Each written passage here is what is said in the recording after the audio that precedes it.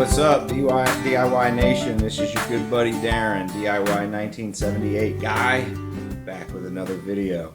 Today, we're working on another small engine. This is a lawnmower small engine repair.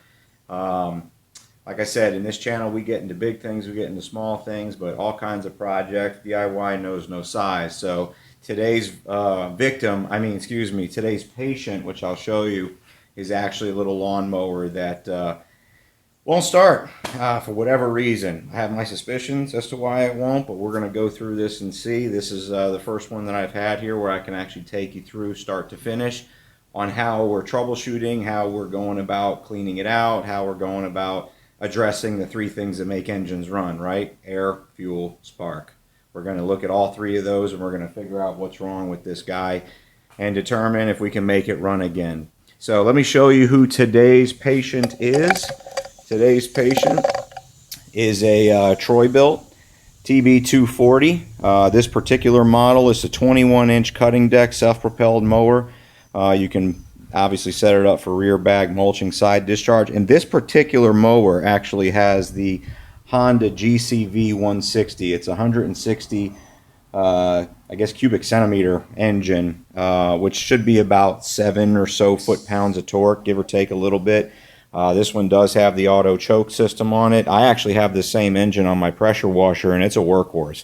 Mine's a little bit older than this one. Mine has a manual choke, and obviously it needs a carburetor clean out as well, which most of these always seem to do. But this particular mower, like I said, it is a 21-inch. It's a front wheel self-propelled mower. Clearly by the rust holes, the user has gotten a lot of work out of this thing. He's gotten a lot of use out of it. It's a 2015 model. But we're going to get this thing running for her again.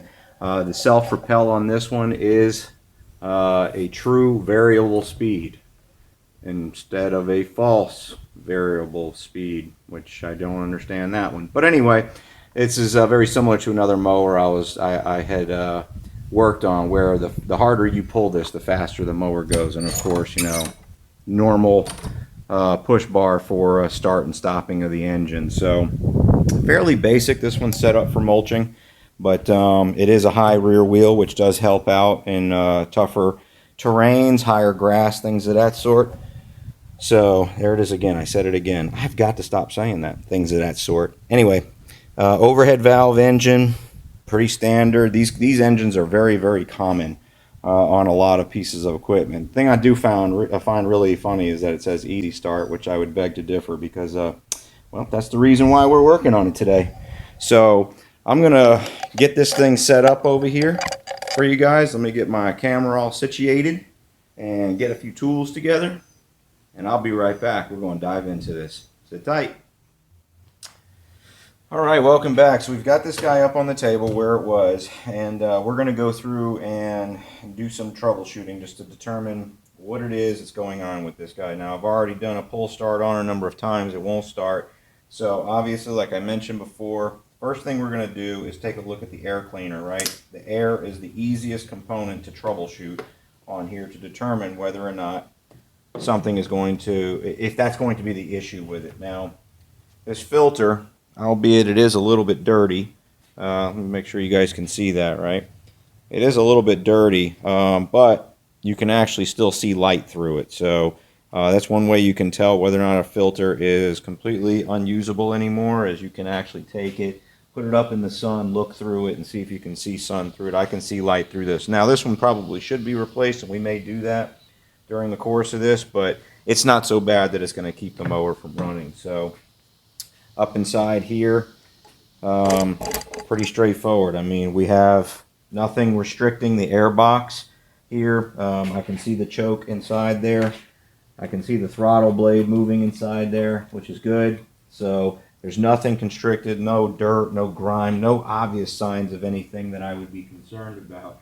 Now, as we dig into this, if we have to, which I expect we're going to pull the carburetor off of this thing, as we dig into it a little bit further, we will see if there's actually any gasket leaks or anything that would be causing an excessive amount of air to go in there. So the next thing we're going to look at is the spark plug on this thing, just to get an idea, have a read on it and see what the spark plug actually looks like, get an idea of how it was running. So in here, excuse me, got a little bit of allergy stuff going on today, so if I pass out from sneezing or anything like that, y'all just wait a couple of minutes. I'll be right back to it, and you know, nasally. So a little overkill on the ratchet, but my smaller 1/2-inch ratchet broke.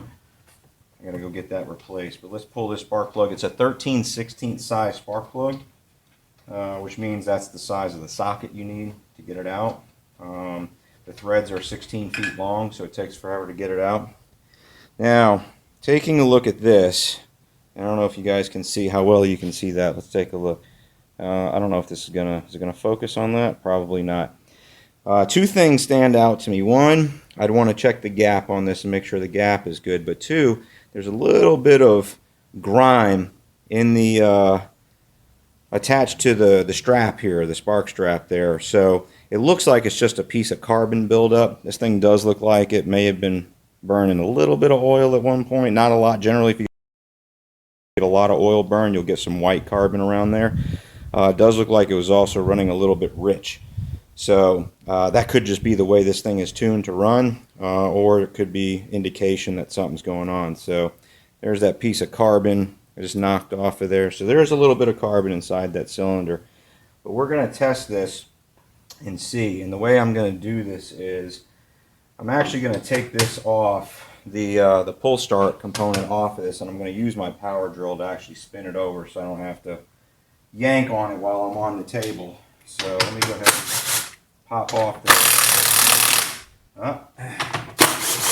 Looks like that might be stripped. Yep. I'll have to address that. Spin this up out of the way over here. This particular cover has the gas tank built into it, which I'm not a fan of so much, but I guess it does have its place in the environment there. But anyway, I can't just spin this thing over willy-nilly. I still have to pull that strap, the handlebar up here, for two reasons. Number one, to make the spark plug actually spark, that handle's got to be pulled. When you let the handle go, it actually kills the spark to shut the engine down. But there's also, these things have an integrated brake in them that actually, when you let go of the handle, this brake pad actually slides against the flywheel and shuts the engine down faster. A little bit of an overkill. That bolt that came out, this is a problem I had with another small engine here. You can see one of the bolts that holds that cover on, the nut that would not come off, instead it spun the bolt out, also doubles as a bolt that holds the magneto in place for the spark plug. So this very well could be the reason why this thing's not starting. If that bolt's loose and this magnetic pickup shifts back and forth, and that gap inside there gets to be a little bit too big, you'll lose your magnetic pickup, which creates the spark, thus keeping it from starting. Now, interestingly, one reason I think that's probably not the case is because when I was pulling on this, the spark plug is not wet. If that was the likely problem there, the spark plug would have a lot of fuel. It'd probably try to pop off, just not run with any kind of stability. So, but we're going to keep an eye on this. We're going to have to fix this anyway, so I'm going to have to extract that bolt out of the cover there, put it back in here to lock this in place before we can check for spark. So let me go ahead and do that right quick. And let's see. I don't know if you can see this or not. Hopefully you can. There's the bolt that came out. So we're going to actually have to put something on there. Get something to hold it so I can bust that out and put it back in properly. Look at this. Vice grip. Made by Irwin. These things are great. We call them alligator grips. They are fantastic. Pop that up in there. And that sucker is tight. There we go. Whoever put that bolt on apparently cranked down on it with some kind of force, because that thing was in there tight. So this is what the bolt looks like that was in there. This side buries down into the magnetic pickup, and then of course this side's the top that the cover sits on. So let's go ahead and pop this back in place. Hopefully this is not stripped out. That would be better if it was not. This one I'm probably going to do by hand.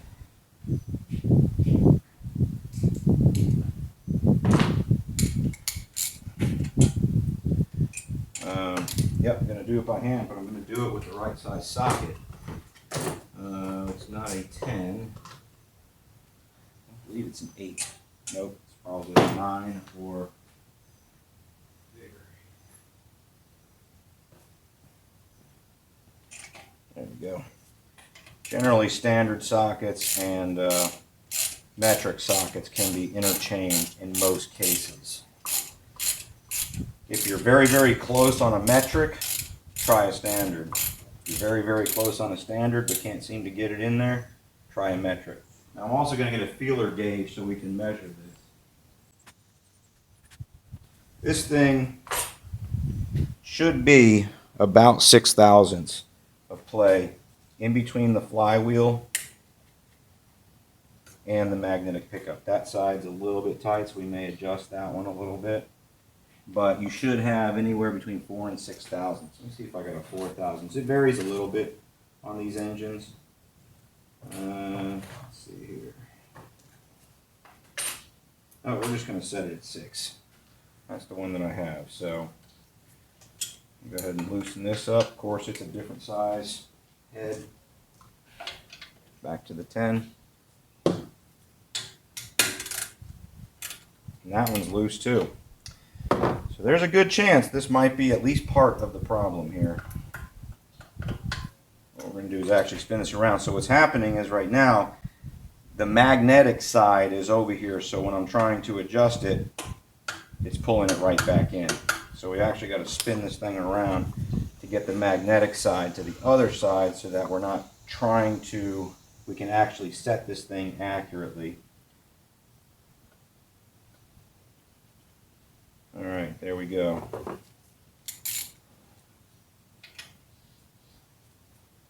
Keep checking this as we set it. Wish I could get you guys up in here. Let me see if I can reposition this camera to get you up in here, show you what I'm doing. 1 second. Okay, to get you a little closer in. So again, what I'm doing is we're checking the tolerance gap between the flywheel and this magnetic pickup. You want it to be just having some drag on it before you tighten it down. You can see it actually loosened itself up just a tad while I was sitting there tightening it. So there we go, we got 6 thousandths. I'll snug that down. Now we got a little bit of play in there. Let's go ahead and do this side as well.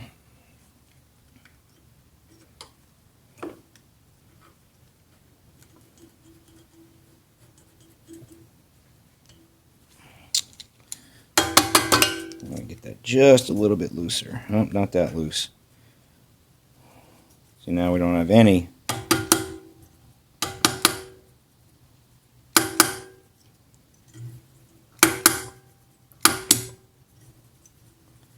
There we go. Just a little bit. Enough to hold that thing up. Oh yeah, different size socket. Here we go. I feel like I'm working on an old car here. Let's see. Still got good play.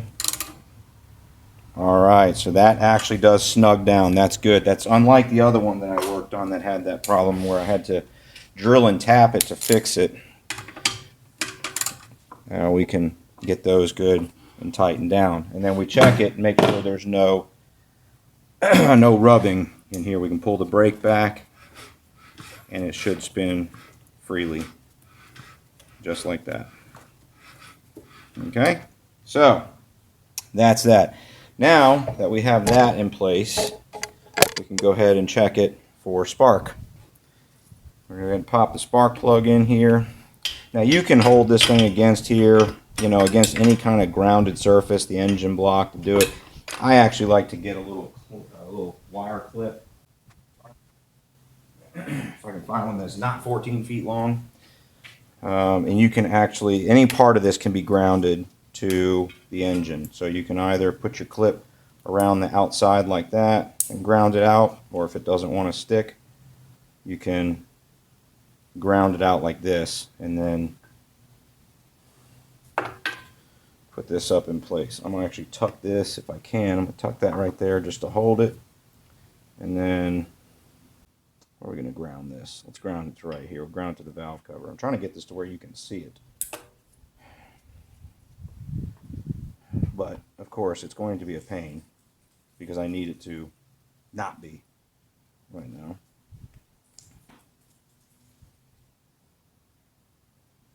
But anyway, when we spin this thing over, let's see if I got the right size socket on here. Nope. Give me 1 second. Be right back. Alrighty. So, got this thing set up. And again, I'm using my power drill to do this just because I don't want to be pulling this thing across the table. But also because I've got the top panel off of it, which includes the pull start mechanism. But I do have the handle locked down at the top with a tie strap, which is releasing this brake. And now we're going to test to make sure that we have spark.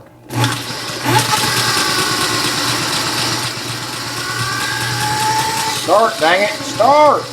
Look at the size of the spark there. Alright. So, we actually do have spark, which is a good thing. That's what we're hoping for. And we have verified we have air, and now we've got spark. So, I am going to give this spark plug a bit of a cleaning before we put it back in. But now we're going to move on to fuel. And in the fuel part of this, we are actually going to pull the carburetor off, and we're going to go through, we're going to clean it out.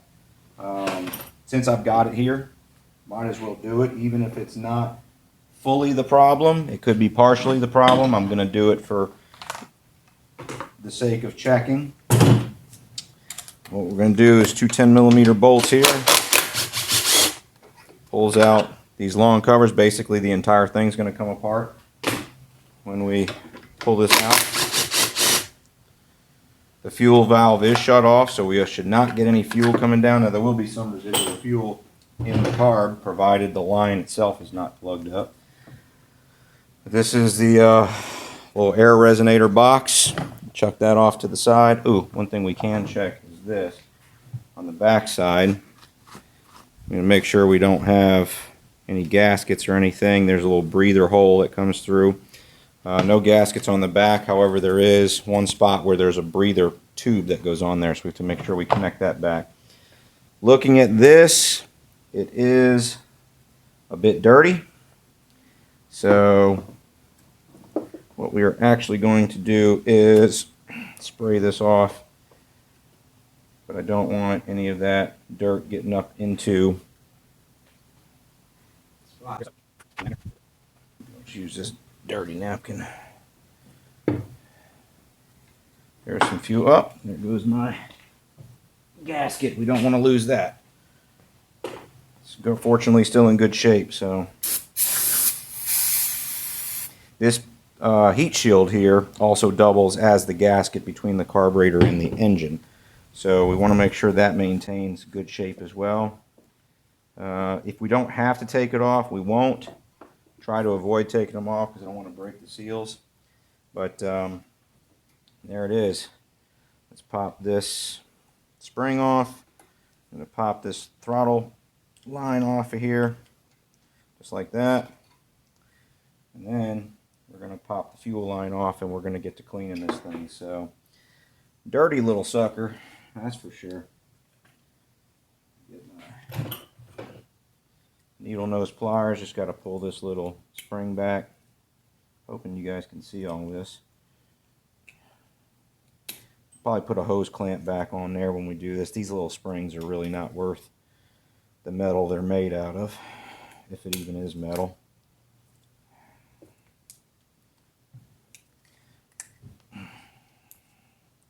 They sure are a pain to get off though, that's for sure.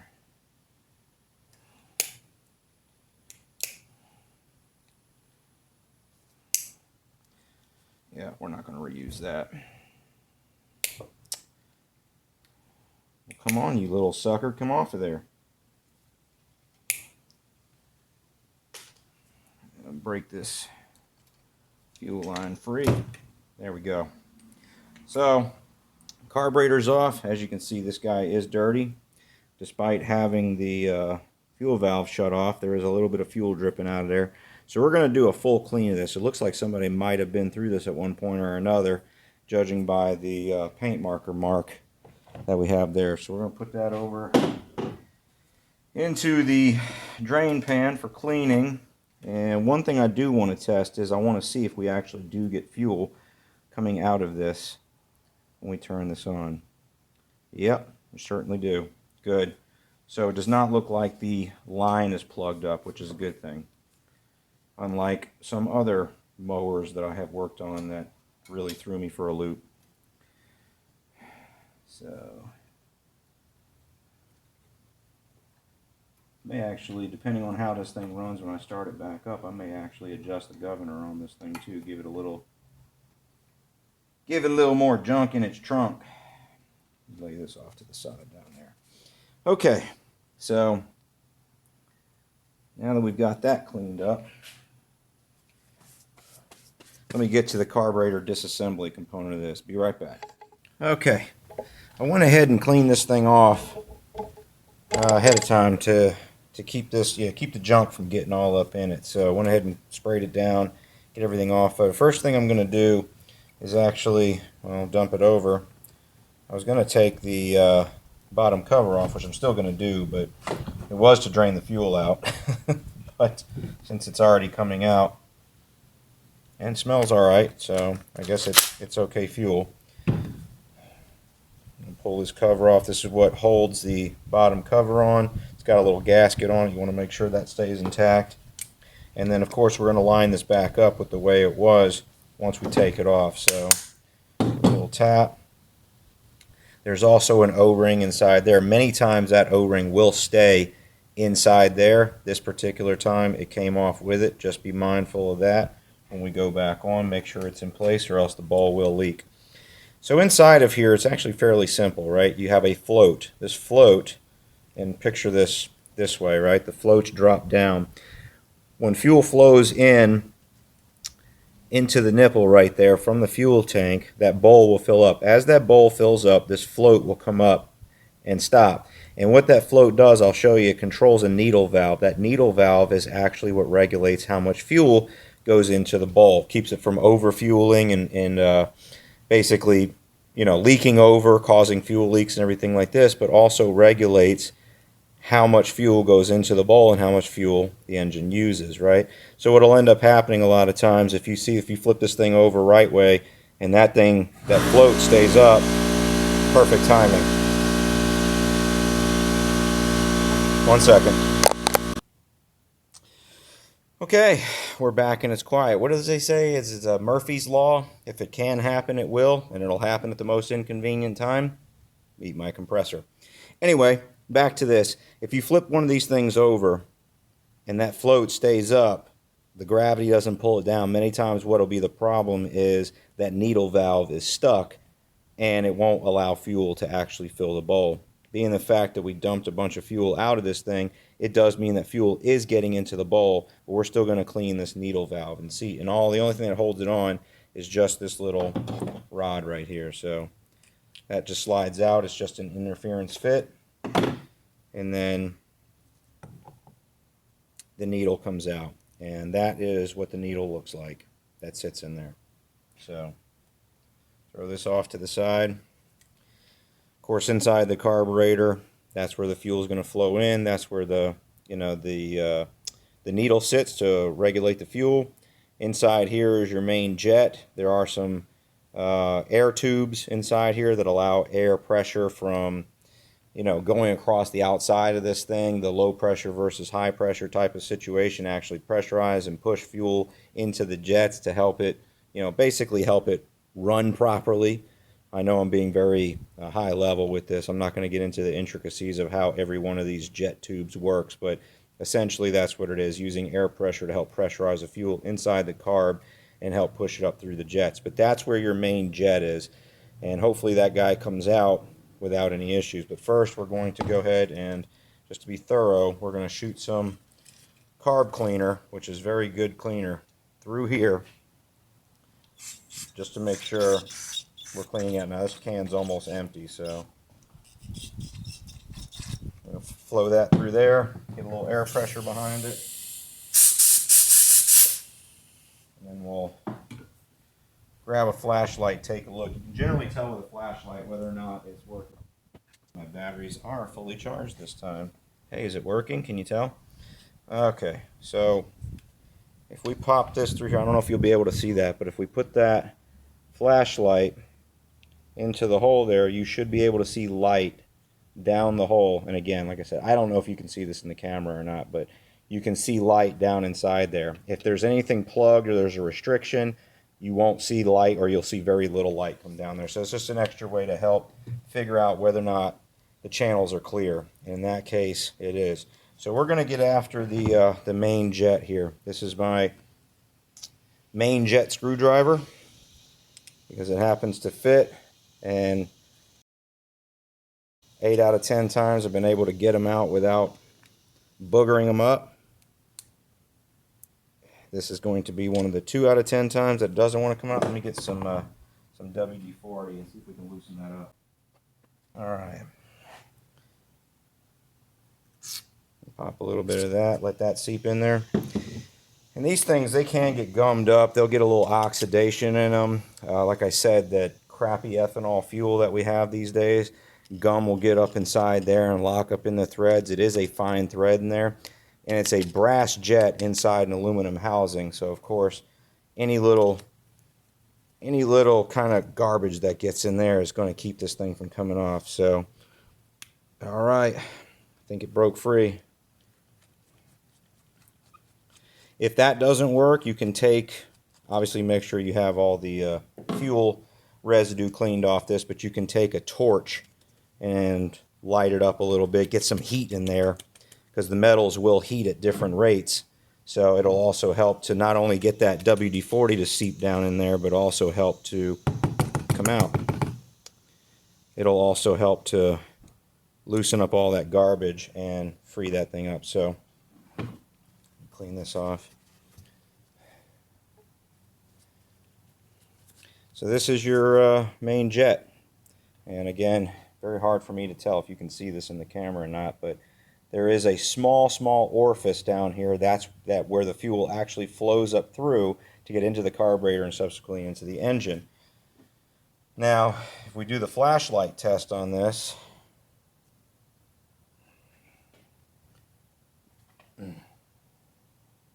you can see some light through there, but you won't see this on the camera, but I can see it here.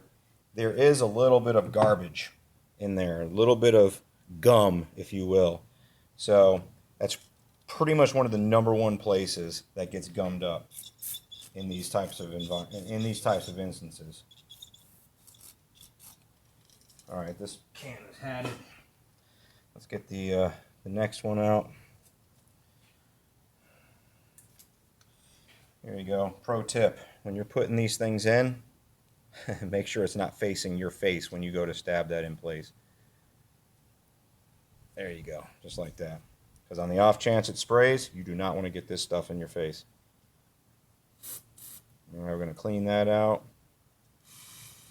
What I do is a regimen of both carburetor cleaner, and I also have this piece of wire that I use, which is very thin, that goes up in the jets, and I can use it, just work it around inside there, and it essentially cleans the jet out.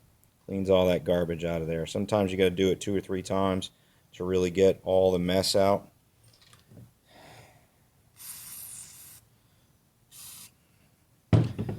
Alrighty. If you have an open wound on your hand, you will find it with that stuff, let me tell you. Alright, so let's do another test of the light here. Much cleaner. There you go. Now we can see through the jet even better. Visual inspection with my eyes that aren't working as well these days. Now, there's also an orifice tube up inside there that we're going to clean out.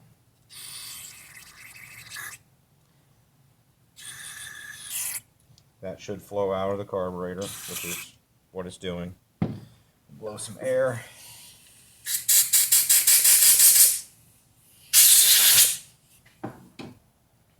This particular carb also has a little bit of a draft port right here on the side that I guess helps suck that fuel up with the pressure, suck that fuel up and push it through there. This, what you see right here, can you see that? Let me make sure I'm getting in front of here. This is kind of a small example of the type of crust that builds up inside these things, and it can get all over everything. Man, I'll tell you, if I could do a job without dropping something on the floor, man, we'd have to call Ripley's. But anyway, take your little plastic bristle brush, you can clean that off. A little bit of brake parts cleaner. There we go. Clean that crust off of there. The same light test that you do with the jet, you can also do with that orifice. Again, I don't know if you'll be able to see this or not, but as you stick this thing in there, you'll see if that tube is clear, you'll see a little light inside that tube there. Like I said, I don't know if you'll be able to see that. I can see it, and it looks fairly clear. Yeah, it looks pretty clean. So now what we're going to do is, and again, each of these carburetors is different. They basically all work the same, but they're different in the fact of how these induction jets, these pressure orifices, if you will, operate, right? But nonetheless, we have to identify all of them, and we'll run some carb cleaner through there. We'll run this wire through there, try to clean it out. Some of them are going to feed inside the bowl here. Some of them are going to feed to the other side of the, the throttle plate inside there. Every now and again, you'll find a very small orifice, which this one may actually have. Very, very small orifice in there that is part of this, and those smaller orifices get gummed up really quick. I don't know if you guys can see that. It's right down there by the blade. So we're going to work through each of these and see where this goes.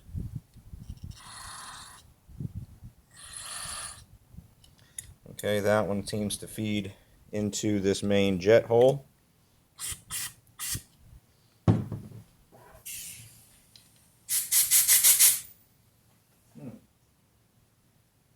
I'll be. That piece actually does come out. So when I was blowing that out, this is the tube that was up inside that housing. Sometimes those come out, sometimes they don't. In this case, and the ones that I've seen in the past, generally when they come out, there will be a notch cut in it for a screwdriver to be able to unscrew it. This one, however, does not, but the air pressure that I was blowing through that orifice did blow it out. And I'm glad it did, because as you can see, this thing is like a flute. It's also got little minuscule pinhole jets that all work in unison to provide fuel and atomize it properly into the engine. So we're going to clean all these out with the piece of wire. Again, just sticking them straight through, spinning it around a little bit. Make sure all those are clear. This one actually has a hole on each side for each of these jets, which is neat.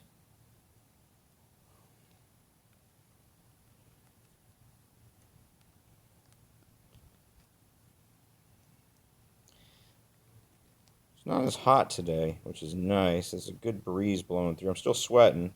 Still rocking the back sweat here. Got the Niagara Falls running down my back, but it's not the 115 that it's been here lately. So that's a nice treat. All right, got that all through there.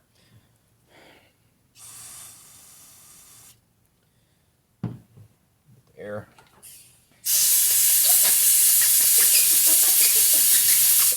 Well,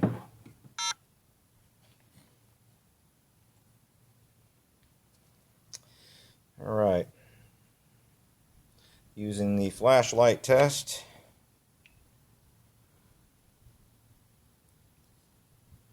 I don't know if you'll be able to see that, but we can see light through all of those orifices. And clear light too, which is good. And then we can also see light straight through the middle. So this guy is now cleaned out. Likely those two areas were our biggest problems. Let's go ahead and get back to cleaning out these orifices in here. Seems like that one's okay. Everything's flowing through okay. Let's take a spray through this one.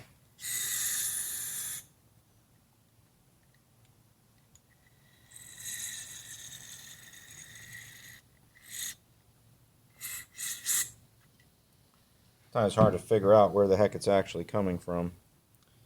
But let's run this up in here. There is a little small orifice up inside there that we want to clean out. Again, just to show you which one I'm in.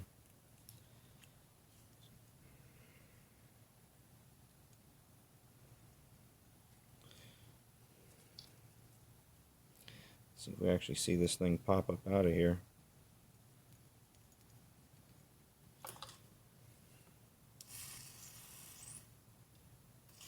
Another one that you don't want to have pointing at your face when you spray this stuff in there, because it will backfire on you very quickly.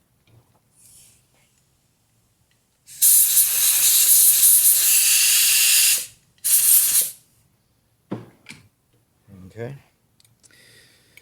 Let's see here. We've got this orifice, which looks like it feeds down into there. Let's double check.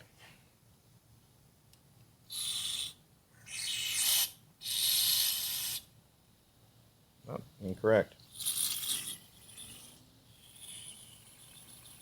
Oh, it does actually feed into there. Cool. That one looks like it's pretty freed up.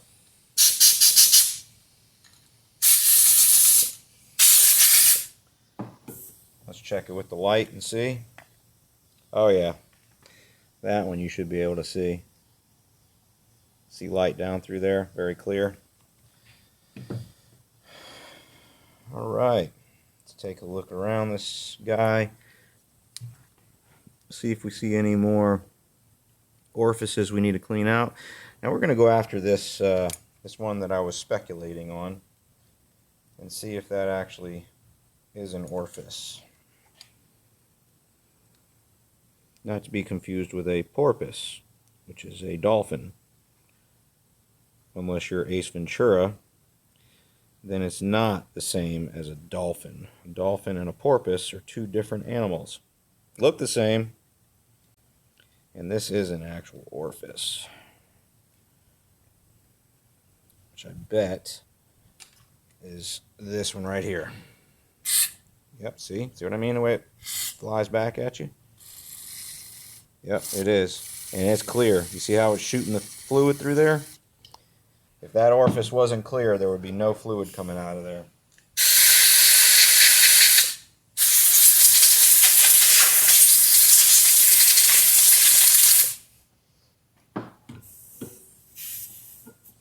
Anybody knows of a link to a good set of air nozzle chucks that do not leak? Longer, you know, they last longer than about 2 months before they start leaking and they stop doing this. Put it down in the comments. I have used so many different sets and they all end up failing. So, alright, so we've got all the orifices cleaned out. Well, let's see. Is this an orifice right here? Or is that just... No, that's just a plug of some sort. Okay, looks like we got it. So now we're going to reassemble. Let me double check everything and I'll be right back. Alright, we're back. Now, there was one more area that I did have to clean out, and it was this hole right here. There was a Phillips head screw that was in there. And again, you have to look over these things for all the little hidden gems that they have in here, right? Because you can clean out the entire thing but miss one orifice and the thing still won't work properly. But anyway, way down in there, you probably can't see it. There is a very, very small orifice That orifice, if judging by the shape of the outside of this thing, there's a tube that goes through.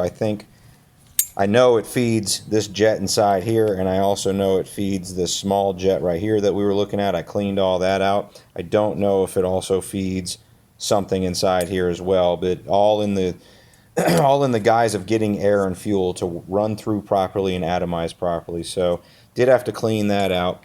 But now we're going to go back to the actual reassembly of this thing. So let's go ahead and put this Phillips head screw, which did not have any kind of a gasket on it.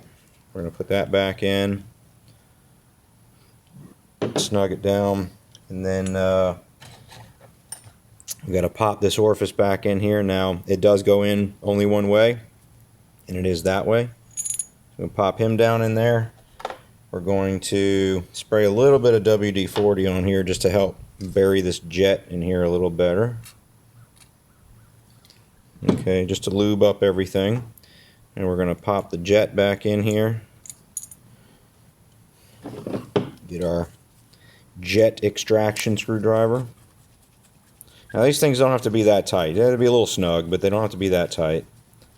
You do want to give them a little bit of a snug down just to make sure they don't come out, but you got to be careful because that brass will bend and fold very easily, and then you're left with a much bigger problem. Let's see what else we've got here.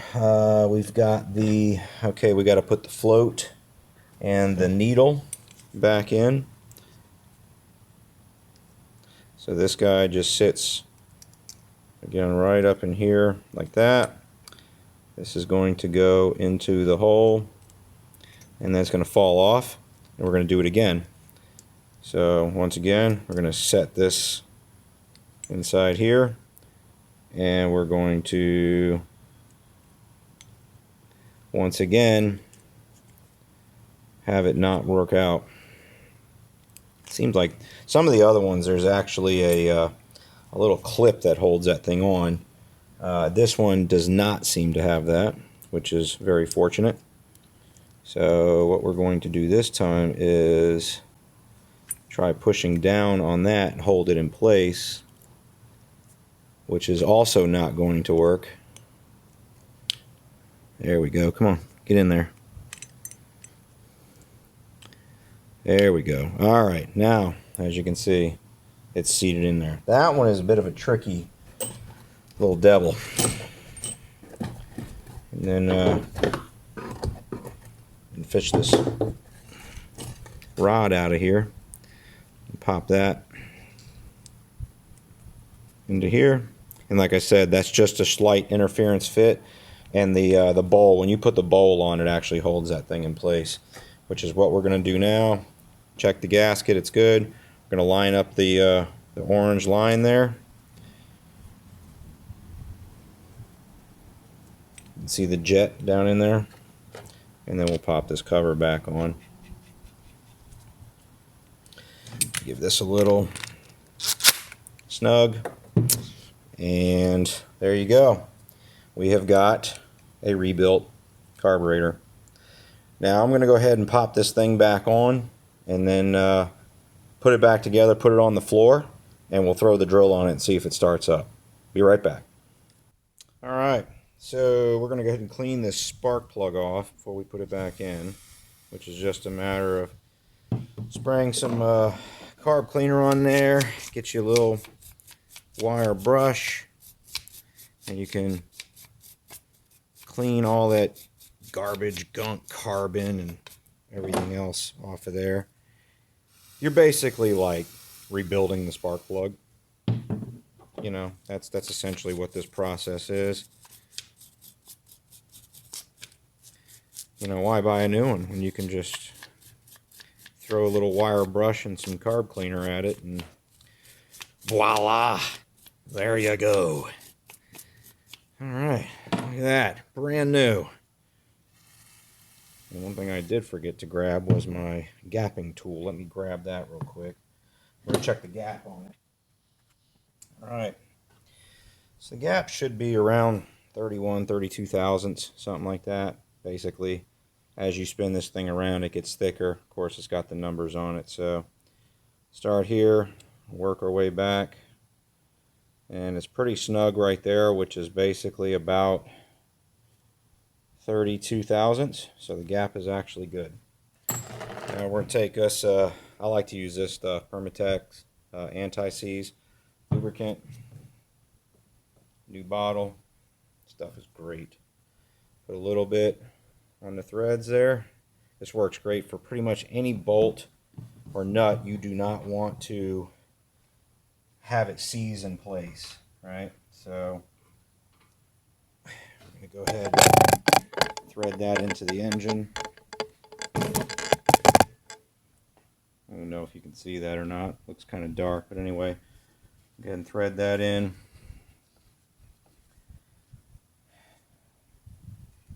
You want to make sure when you tighten this up that it snugs up and that the little compression washer in there doesn't bind up. Alright. Don't need a whole lot of torque. Oh, something else I want to show you here. Let me, so that's what I mean about the compression. You can see a little compression washer back there is nice and seated. We'll put this back on. Now this thing I told you has an automatic choke on it. And where I finally discovered it is actually up in here. There is a heated element inside this plastic housing right here that when the engine is cold, it's basically pulled back. When the engine's warm, as the engine warms up, it pushes out on this lever in here, which actually operates the choke. So that's how the automatic choke works. It's choked when it first starts up, and then of course the air, the vacuum coming through there, and then the heat from the engine push this thing and open it up, and that's how you essentially turn the choke off automatically. I don't know why this looks so dark. Let's see if I can get this thing to, there we go. Is that better? All right. Damn cameras. Anyway, so pop this guy back on here. And like I said, we're going to pop this back on the floor, give it a start, see what happens. I'll be right back. Okay, in this particular instance, I'm going to go ahead and use the drill to fire this thing up. And then we'll pop the pull start back on and do a final test on it. But I want to use the drill just for the sake of, we're going to turn the fuel on. It's going to take a minute for that to fill up the bowl.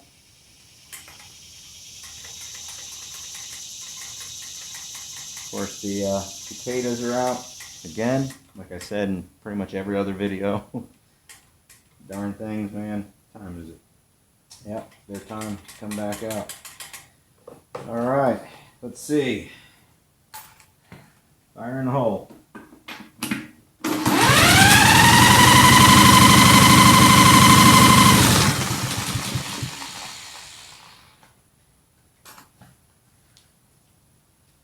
Yeah, make sure I'm spinning it the right way. That'd be good.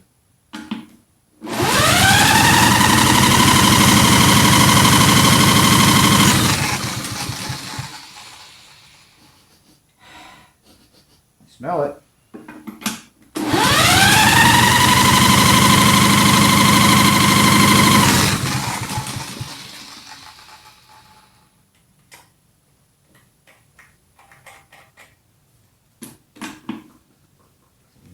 Breaking. There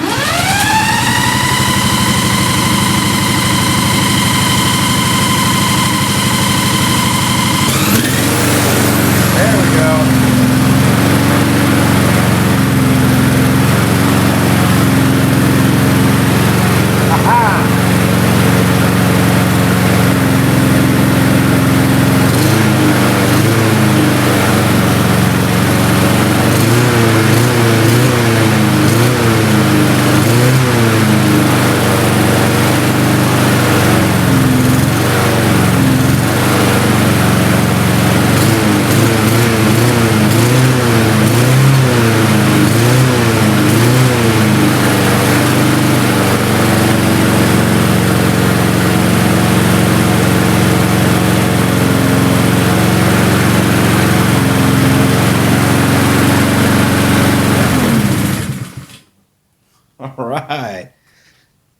Took a minute for the fuel to get down into the carburetor and then up in. I basically had to close the throttle back down to like an idle position, let it create a little more vacuum to really suck that fuel up in there.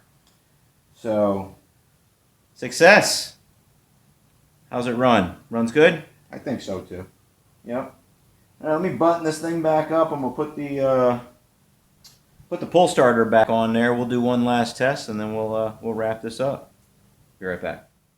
All right, folks. I believe we got it. Basically, what I had to do, I had to double check this choke in here, readjust that just a little bit, and then I also adjusted the governor throttle so that it's a little further open whenever it's trying to start. Now, it still takes 2 to 3 pulls to start it, which is what this thing says, second pull. Let's see.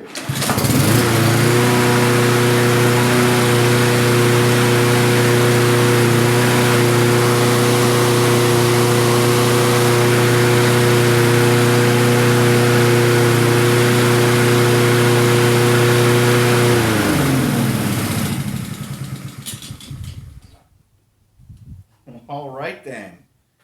As you can see, adjusting this governor spring here, which I'll show you. Basically, I adjusted this governor spring a little bit. What that does is actually, this spring is what actually pulls back on the governor to keep the governor from going wide open, but also keeping it going all the way down to idle.